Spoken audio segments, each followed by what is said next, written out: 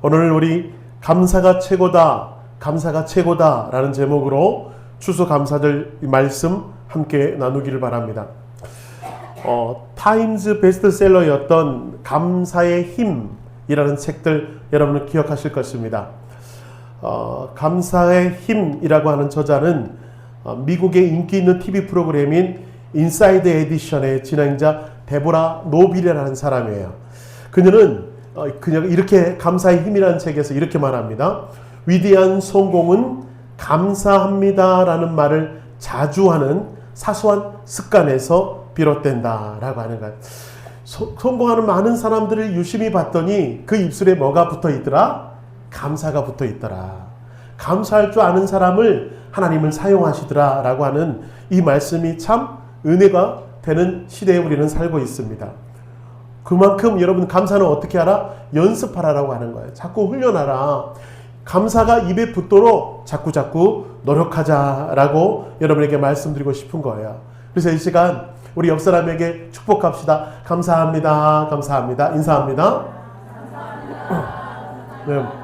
그냥 감사합니다. 그러면 어색하니까 내 옆에 앉아주셔서 감사합니다. 시작. 네, 그래요. 이 자리에 많은데 특별히 내 옆에 앉아주신 옆에 있는 분께 참 감사합니다. 예, 김은정 그렇죠? 거기서 이거 얼마나 따뜻하게 인사하는지 좋아 죽어. 야, 목사를 바라볼 때 그렇게 좀 환하게 웃어줬으면 좋겠어. 좋습니다. 한 남자가 여러분 큰 절벽 앞에 서서 이렇게 말했습니다. 여기 왜 이렇게 어둡지? 왜 이렇게 어두워? 그랬더니 옆에 있는 사람이 그렇게 말을 했대요. 당신이 지금 태양을 등지고 있기 때문에 어둡습니다. 뒤돌아보세요. 뒤를 싹 돌아다보니까 정말로 환하게 비춰지는 거예요. 여러분, 감사가 그렇다라고 하는 거예요. 감사가 태양과 같습니다. 감사를 향해 서면 어떻게 해요? 삶이 환하게 비춰지고, 감사를 등지고 서 있으면 우리의 인생이 어두울 수밖에 없다. 그러므로 여러분, 아무리 바쁘게 사는 이 사회라고 할지라도 우리가 가장 먼저 붙잡아야 될 것이 뭐다? 감사인 것 같습니다. 근데 너무 안타까운 건 뭐예요? 너무나 바쁘다는 이유로, 분주하다는 이유로, 치열하게 살고 있는 인생이라는 이유로 감사가 점점 사라지고 있는 시대를 살고 있는 것 같습니다. 오죽하면 2002 월드컵 앞두고 여러분 공익광고가 아직도 기억이 남아요. 그 공익광고 제목이 미소라는 공익광고예요. 환한 미소로 기억되는 나라. 여러분 그 시대에 공익광고를 한다라는 것은 뭐예요? 그 시대의 문제점을 좀 바꿔보고 싶기 때문에 공익광고를 하는 겁니다.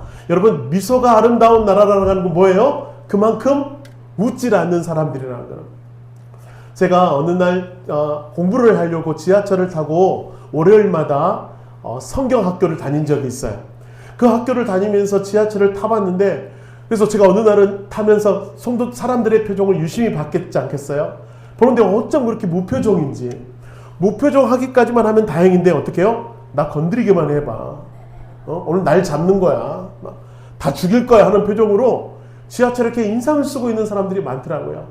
이마에 내천자를 그리면서 인상을 찌푸리고 있는 사람을 보면서 야, 어쩌면 우리나라 너무 딱딱하다 표정이. 보복운전하는 것이 실력인 것처럼 느껴지고요. 남보다 더 큰 소리 쳐야 내가 이기는 거고, 욕을 한마디 더 내가 내뱉어야 승리하는 것처럼 여겨지는 이 세상 가운데, 그런 세상을 살면서 사라지고 있는 것은 뭐다? 감사가 사라지고 있다. 너무나도 안타까운 시대를 살고 있습니다. 제가 섬기던 교회에 방글라데시를 선교하고 있는 선교사님이 한 분 계십니다. 그분은요 참 특별한 것이 한국에 잘 안 들어와요. 한국에 들어와서 보통 목사 선교사님을 초청해서 설교를 맡기시면 간증하면서 보통 그러잖아요. 우리 내가 하고 있는 사역 좀 도와주세요. 네? 함께 좀 해주세요. 그런데 그 선교사님의 특징은 뭐냐면 절대 그런 소리 한마디도 안 하고 가. 오죽하면 담임 목사님 가서 한마디라도 하면 우리 성도들이 다 좀 도와줄 텐데 어쩜 저렇게 한마디도 안 하고 말씀만 전하고 가시냐. 그런 아주 멋진 선교사님이 계시는데, 그 선교사님이 어느 날 방글라데시에서 오랜만에 한국에 돌아왔습니다. 한국에 돌아왔더니 큰 창고형 마트가 생긴 거예요. 트레이더스. 예? 막 이런 마트들이 생겨서 선교사님이 거기 구경 갔다는 것 아니겠습니까? 구경 갔는데 너무 먹을 것도 많고, 여러분 거기서 고기도 살 수 있고요, 야채도 살 수 있고요, 신발도 사고 옷도 사고, 아니 슈퍼마켓에 가면 모든 것이 다 해결되는 걸 보고 선교사님이 너무 신기하고 하고 있었어요. 그런데 여러분, 그 마트 안에서 들려오는 선원들을 가만히 귀를 기울이는데 그 사람들의 말이 뭐 어떤 말이냐면, 아니 왜 이것밖에 없지? 아, 내가 찾는 브랜드가 없네. 아, 실망이야. 오늘은 세일도 안 하고 마음에 드는 것이 하나도 없네. 여러분, 이 넓은 마트에 들어와서 사람들이 하는 것이 뭐다? 불평, 불만이다라고 하는 거예요. 선교사님 너무 안타까웠습니다. 왜요? 선교사님이 사역하고 있는 방글라데시는요, 아시아 중에서도 최빈국의 나라였습니다. 그 나라는 1년에 2번의 큰 호우가 내리는데, 비가 내리는데, 비가 내리면 한 블럭이 없어져요. 한 마을이 없어져 버려요. 물에 휩쓸려서. 그렇게 처절하게 살아가는 그 나라에 선교하고 이 땅에 밟은 이 선교사님 마음에는 우리 한국 사람이 너무 넉넉한 거예요. 너무 넘쳐나는 거예요. 그런데도 불구하고 뭐가 없다? 감사가 없는 거예요. 선교사님 마음에 이런 탄식이 듭니다. 풍족함 가운데 있으면서도 감사가 사라지니 부족함은 외부에서 오지 않고 마음에서 오는 것이다 라는 마음이 드는 거예요. 여러분, 그렇습니다. 감사는요, 생활이 좀 풍족해서 우리 형편이 넉넉해서 감사하는 것이 아니고, 감사하기로 작정하고 마음 먹을 때 감사가 나오더라라고 하는 거예요. 한마디로 감사는 태도라고 하는 것입니다. 우리 성도들도 마찬가지, 하나님으로부터 받은 태산 같은 은혜가 우리 삶 가운데 넘쳐나는데요, 조금만 어려움이 오면 하나님께 불평, 분망, 원망을 할 때가 얼마나 많냐고요.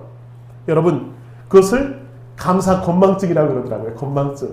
감사 건망증에 걸려서 내 삶에 역사하셨던 하나님의 주원 같은 은혜들은 다 잊어버리고, 조금만 섭섭하게 하실 것이 있으면 그것이 그렇게 크게 느껴져서 원망과 불평을 하는 우리 마음이 있다면, 여러분, 오늘 추수감사절입니다. 한 해 동안 베푸신 은혜 여러분 인생 가운데 크십니까? 이럴 때 아멘 하시는 자에게 복이 있을 줄로 믿습니다. 예, 졸지 마시고 정신 바짝 차리세요. 감사절에는 졸지 마세요. 정신 바짝 차리고, 자, 하나님께 내 삶을 내어 맡길 때 우리 삶을 인도하시는 하나님의 손길이 오늘도 충만한 줄 믿습니까? 예, 바로 그런 자들은 입술에 감사하기로 작정하면서 인생을 살아낼 때 하나님이 여러분을 회복시키시고 축복으로 인도하실 줄로 믿습니다.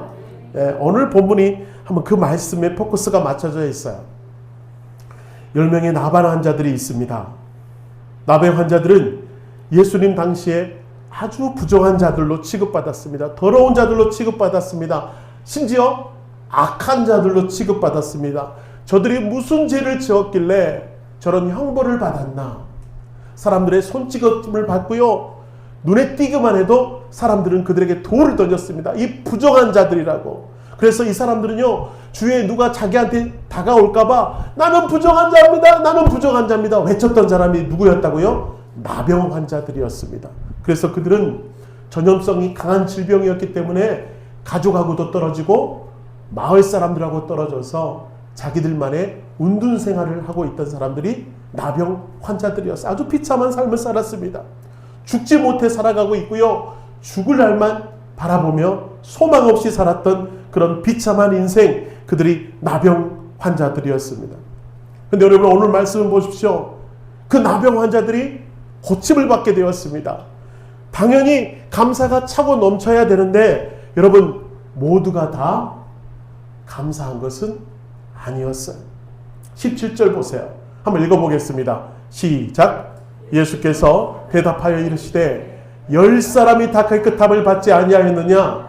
그 9은 어디 있느냐? 여러분, 10명이 다 깨끗함을 받았습니다. 그런데 예수님께 찾아와 감사의 마음을 전한 사람은 오직 한 명뿐이었음을 바라보면서 너무나도 하나님 안타까워하고 계시는 예수님의 모습을 지금 보고 있는 것입니다. 사람들은 자신의 문제에만 포커스를 맞출 때가 있어요. 내가 이것만 좀 해결되면 감사할 텐데, 내가 좀 일이 어려운 이 순간만 좀 잘 넘기면 내가 감사할 텐데, 내가 이것만 좀 이루어지면 하나님 앞에 감사 예물을 드릴 텐데, 그렇게 말하는 사람들이 너무나 많습니다. 근데 여러분, 문제 해결이 된다고, 상황이 좀 나아졌다고 그렇게 확 달라지는 인생 별로 보지 못한 것 같습니다. 문제가 해결돼도, 상황이 바뀌어도요, 여러분, 이 10명의 문둥병자를 보세요. 나와서 감사하는 사람 극히 드물다라고 하는 거예요. 마음이 문제예요. 마음이. 그 마음이 있느냐 없느냐가 너무나도 중요한 모습이라고 하는 것을 오늘 말씀하고 있습니다. 여러분, 마음이 중요한데 어떤 마음이요? 감사를 표현할 줄 아는 마음. 감사를 표현할 줄 아는 마음. 그런 의미에서 저는 오늘 감사가 최고다라는 주제로 여러분과 함께 이 감사를 붙들 때 여러분, 하나님에게 오늘 놀라운 은혜가 임한다라고 하는 것을 여러분에게 말씀드리고 싶어서 3가지만 요약해서 감사가 무엇인지 함께 은혜를 나누고자 합니다. 첫 번째로, 감사는 뭐요? 뒤를 돌아볼 때 가능합니다. 같이 합시다. 감사는 뒤를 돌아볼 때 가능합니다. 예. 뒤를 돌아본다라고 하는 것은 과거를 회상한다라는 의미와도 같습니다. 근데 정말 중요한 것은 여러분, 과거에 매이는 인생이 있는가 하면 과거를 돌아볼 줄 아는 인생이 있습니다. 다시 한번, 과거에 매이는 인생이 있습니다. 그런가 하면 과거를 돌아볼 줄 아는 인생입니다. 여러분, 과거에 매인다고 하는 것은 뭡니까? 그 과거에 갇혀 지내는 인생입니다. 과거의 시간 안에 머물러 사는 겁니다. 그러니까 앞으로 한 발자국 나가지 못합니다. 예를 들어서 그래서 물에 빠져 죽을 뻔한 사람은 여러분, 물가에만 가면 두렵고 떨리는 거예요. 왜요? 그 물에 빠져 죽을 뻔한 그 과거에 매여 있기 때문에 물에 들어가려고 하는 생각을 하지를 못하는 겁니다. 개에게 한번 물린 사람은요, 강아지만 지나가도 경기를 일으킵니다. 왜요? 개에 물렸던 그 과거에 매여서 그 속에서 살아가기 때문에 그렇습니다. 제가 목양교회에서 삶 공부라고 하는 그 말씀의 삶을 함께 나눈 적이 있습니다. 거기에서 간증을 나눈 자매 중에 한 사람이 자기는요, 너무 답답하고 힘든 삶을 산대요. 왜 그러냐 물어보니까 아빠에게 몹쓸 학대를 받았다고 하는 것입니다. 아버지가 술만 먹고 집에 들어오면 엄마를 때리고 자기들을 그렇게 때렸대요. 그러니까 여러분, 아빠라는 말 속에, 특별히 아버지라는 말 들어도 막 경기가 일어난대요. 그런데 여러분, 교회에 오면 우리는 주로 하나님을 뭐라고 부르죠? 아버지. 대표 기도할 때마다 아버지, 목사님이 설교할 때마다 아버지 들을 때마다 자기는 마음이 열리는 게 아니라 마음이 닫힌대요. 이 문제를 좀 해결받을 수 있도록 좀 기도해 달라고 하는 그 자매님의 기도를 들으면서 너무 가슴이 아픈 거예요. 그 자매는 지금 어디에 갇혀 있는 것이죠? 아버지가 학대했던 그 과거에 갇혀서 오늘 또 한 발짝도 주 앞에 나가지 못하고 그 자리에서 우물쭈물하고 있는 그 자매를 보니까 너무나 가슴이 아프고, 여러분, 과거에 매이는 인생은 비참한 인생입니다. 미래가 없고 앞날이 없는 인생입니다. 여러분, 이런 인생에 살지 말기를 바라고, 반대로 여러분, 과거를 돌아본다라는 것은 우리에게 너무너무 중요한 거예요. 앞으로 나가기 위해서 우리는 과거를 돌아볼 줄 알아야 합니다. 과거를 돌아본다는 것은 무엇입니까? 그때 하나님이 정말 나에게 이런 은혜를 베풀어 주셨지. 그때 정말 나를 이렇게 이끌어 주신 하나님 너무나도 감사합니다. 그런 과거를 돌아볼 줄 아는 사람이 여러분, 미래를 향해서도 한 발짝 한 발짝 힘있게 걸어갈 수가 있다라고 하는 거예요. 그래서 우리 때로는 뒤를 돌아다볼 줄 아는 지혜자들이 되시기를 주님의 이름으로 축복합니다. 뒤를 돌아다 보세요. 너무 앞만 보고 치열하게 달려가지 마세요. 때로는 그 자리에 멈춰서 뒤를 돌아다 볼 때 여러분, 오늘도 힘을 내어 달려갈 수가 있는 겁니다. 자, 우리 15절 말씀 한번 볼까요? 15절 한번 읽어보겠습니다. 시작. 그 중에 한 사람이 자기가 낳은 것을 보고 큰 소리로 하나님께 영광을 돌리며 돌아와. 자, 저기 보면 노란 글씨 보세요. 자기가 낳은 것을 보고. 자, 여기서 봤다라고 하는 것은 현재 내 몸을 보는 것이기도 하지만 또 하나의 본 것이 있어요. 그 뭐예요? 과거를 봤다라고 하는 거예요. 예수님이 너를 치유함 받을 거야. 예수님께서 치유의 말씀을 선포했던 것을 떠올리고 그 과거를 바라봤다라고 하는 거예요. 그 순간 그 나병 환자는 어떻습니까? 하나님께 큰 소리로 영광을 돌리고 돌아왔다라는 거예요. 어디로요? 나에게 역사하셨던, 나에게 말씀으로 선포하셨던 그 말씀을 전하신 그 예수님께로 돌아와 감사의 마음을 돌리고 있더라라고 하는 것이에요. 사랑하는 여러분, 오늘 나병 환자 그 10사람 중에 딱 한 사람, 자기가 낫도록 말씀으로 역사하셨던 그 예수님의 말씀을 기억하고 떠올리며 그 과거로 다시 돌아가는 사람은 그 발걸음을 옮겨서 주께로 나올 수 있게 되더라라고 하는 것입니다. 여러분, 제가 여러분께 지난주인가요? 지지난주인가요? 군송교 사역에 대해서 간증을 한 적이 있습니다. 화장실도 있고 좋은 식당도 있는데 뭐가 없었다고 제가 말했죠? 이 수도관 시설이 하나도 없는 거예요. 그래서 좋은 화장실도 사용하지 못하고 식당도 마음껏 사용하지 못한 군송교에 어떤 분이 토복토복 들어와서 그것을 고칠 수 있는 금액을 다 거기에 맞는 것을 헌금해 주셔서 공사를 하게 됐더라고 제가 여러분께 간증한 적 기억나시죠? 저는 그것이 제 인생에 살아오면서 많은 목회하는 가운데 내 삶 가운데 역사하셨던 많은 일들 중에 하나로 저에게 다가오고 있었습니다.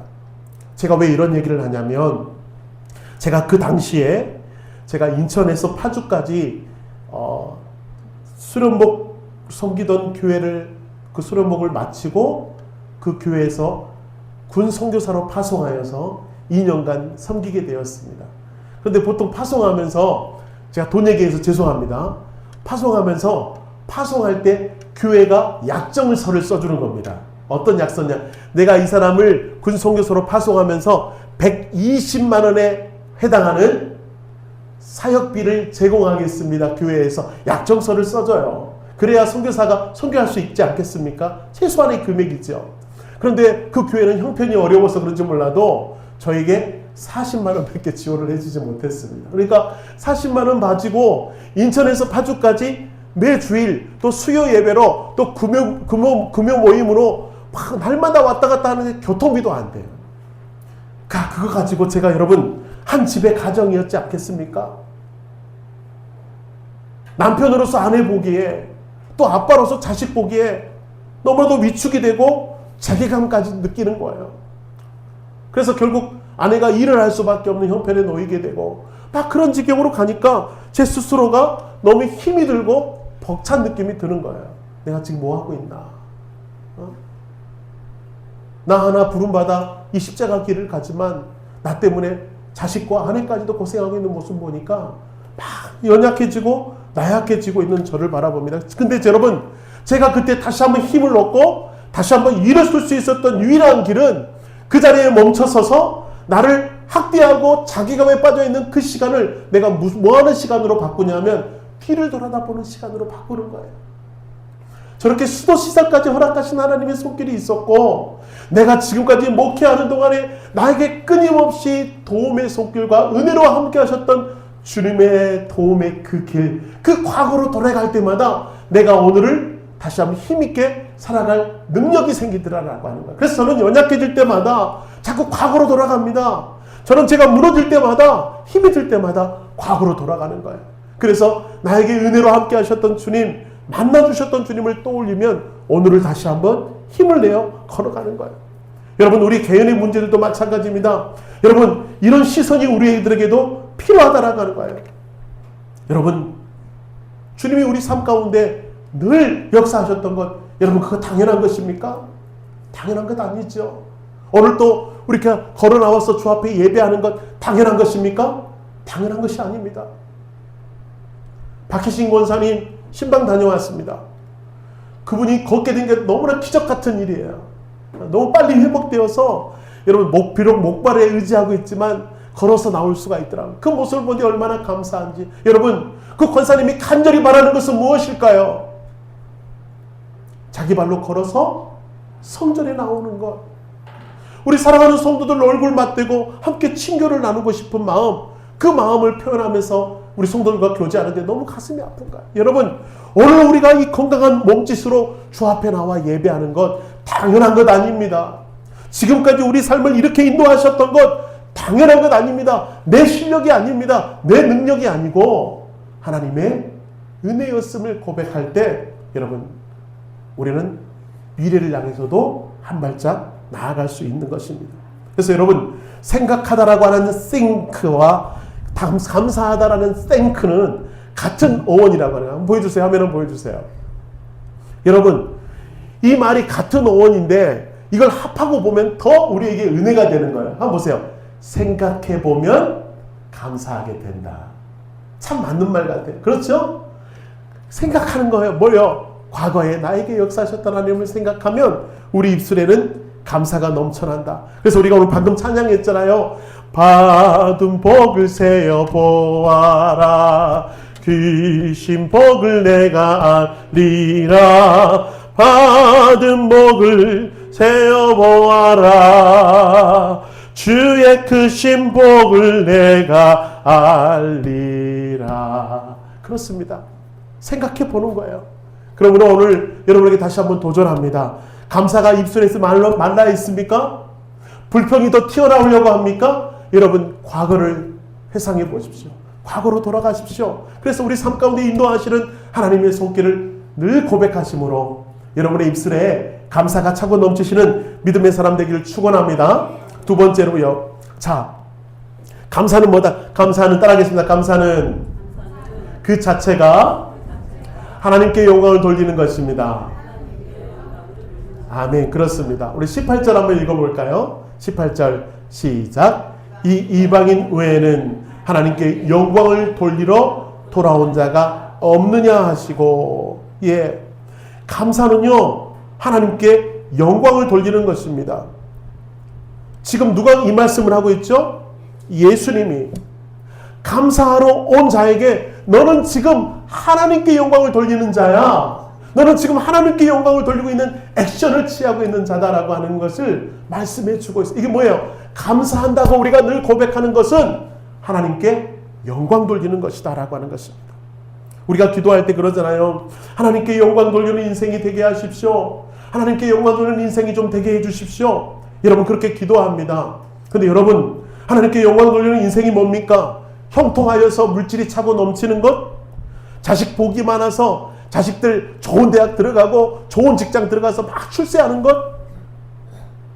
오늘도 건강하여서 막 가고 싶은데 마음껏 다닐 수 있는 이것? 여러분, 이것이 정말 영광 돌리는 것은 맞지만 그것만이 아니라고 하는 거야. 그것만이 아닙니다. 우리가 모든 영광, 하나님께 영광 돌릴 수 있는 것은, 진짜 영광 돌릴 수 있는 것은 뭐예요? 비록 지금은 보잘것없고 지금은 내가 비록 넘어졌다 할지라도, 내가 초라해 보이지고 내가 지금 낮은 곳에 내려가 있다 할지라도 오늘 우리를 공급하시는 것 하나님이심을 고백하며 다시 주께로 감사함으로 나아가는 것이 진짜 영광 돌리는 인생이라고 하는 거예요.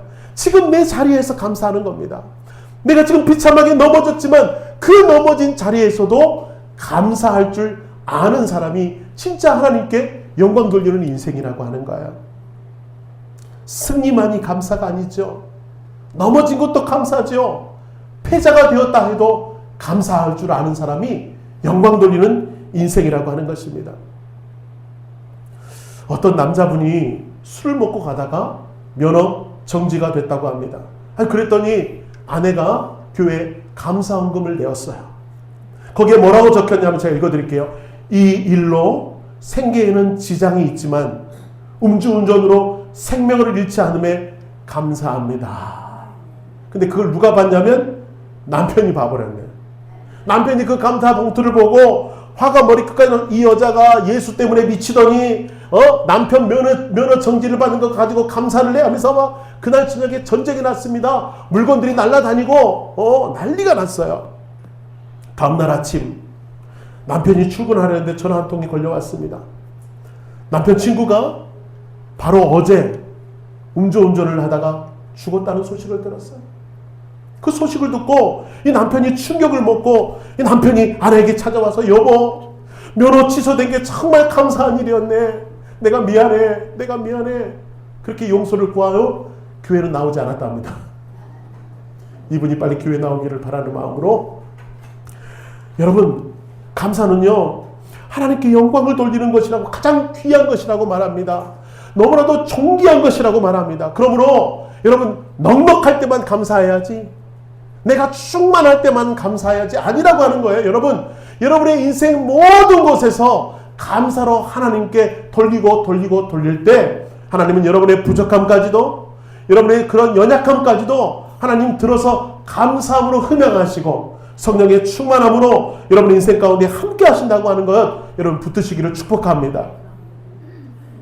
그렇게 감사가 넘쳐나면 좋을 텐데 여러분 전 세계적으로 GNP 만불이 넘어가는 나라들의 특징은 뭐예요? 하나님에 대한 감사거리가 없어진다고 하는 거예요. 심지어 신앙의 뿌리라고 하는 영국과 미국도 감사가 사라지니 교회가 사라집니다. 가보니까요 참 교회들이요 술집으로 바뀌어 있고 나이트클럽으로 바뀌어 있고 카페로 바뀌어 있고 가난할 때는 힘이 드니까 하나님만 찾고 하나님의 그 작은 손길에도 감사했던 그들이 지금 넉넉하니까 살만하니까 하나님을 버리고 자기 힘으로 사는 것처럼 그렇게 살아가더라라고 하는 거예요. 여러분 우리나라는 어떠냐? 우리나라는 미국이 했던 그 일을 똑같이 쫓아가고 있는 우리나라를 보게 됩니다. 한번 그림 보세요. 딱 만불이 넘어가는 시점에 신앙이 타락하고 교회가 쇠퇴해가고 있습니다. 지금 여러분이 보고 있는 교회는 영종도에 있는 어느 교회가 카페로 바뀐 것, 저렇게 파란 하늘에 있는 이 건물이요. 가보니까 휘황찬란합니다. 한때는 예배가 드려지고 하나님을 높였던 그 장소가 카페로 바뀌어서 저도 가봤는데요. 참 기가 막힌 장소예요. 또 사진 한번 보여주시겠습니까? 여러분 보고 있는 것은 인천의 어느 교회가 너무 교회를 화려하게 짓다가 그만 재정의 어려움을 겪고 그 교회가 이단에게 넘어가 버리고 말았습니다. 지금 저기 뭐라고 써 있습니까? 하나님의 교회. 이단 교회가 되어버렸어요. 화려하게 지어서 그것이 하나님을 찬양하고 영광 돌리는 그 성전이 돼야 될 이곳이 이단 교회가 돼버리고 마는 것이 지금 한국 교회에 이루어지고 있는 일들이라고 하는 거예요. 여러분 인천에서 차 타고 지나가면 가장 잘 보이는 곳에 이 건물이 탁 보여요. 그 삼거리에, 그 삼거리 정중앙에 이 교회 건물이 탁 있는 것입니다. 너무 안타깝습니다. 여러분 우리가 살만해지고 넉넉해진 것이 우리의 힘 때문이라고 하는 것입니다. 너무나 두려워야 할 우리의 입술인 줄로 믿습니다. 여러분은 감사할 때 감사할 줄 아는 자에게 하나님 역사하세요. 지금 다시 경기가 어려워지고 있다고 합니다. 우리 삶이 핍박해지고 있는 이때에 우리가 회복해야 될 것이 있으니 그건 뭐예요? 분명하게 돌아봐야 돼. 감사의 입술을, 감사의 입술. 여러분에게 있느냐고 하는 거예요. 그러므로 이 시간 감사를 회복하는 여러분 되시기를 축복하면서 이 옆사람에게 다시 한번 말합시다. 감사를 회복합시다. 시작. 네, 감사를 회복합시다. 여러분 정말 감사를 회복해야 될 때입니다. 왜요? 감사가 하나님이 가장 기뻐 받으시는 영광스러운 일이기 때문에 그렇습니다. 감사를 회복하시는 여러분 되시길 바라면서 우리 마지막으로 세 번째요. 감사가 뭡니까? 따라합시다. 감사는 믿음입니다.